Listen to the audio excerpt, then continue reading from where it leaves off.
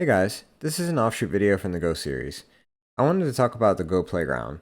If we actually go to go.dev, we can see in the top right that there is a button that says play.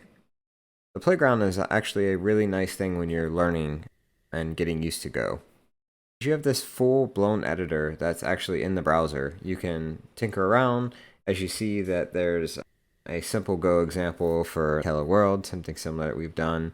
But you can pick the Go version.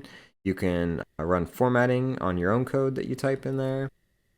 You can kind of add your own things here. It's not going to be as nice with like the linting and have the packages to kind of correct you, but we can type something out here, and even if we misformat it, run format it, it's going to put it in its place here.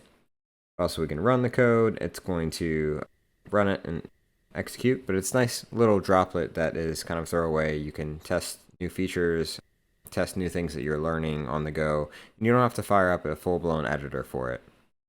One thing that I actually want to mention as well is you can actually do this drop down and see some different examples of common things, and you can click this share button, which is really nice, and you'll get a link specifically to your code. So we drop that in here, we navigate, and now all of your code that you've written there is in a link that you can kind of share.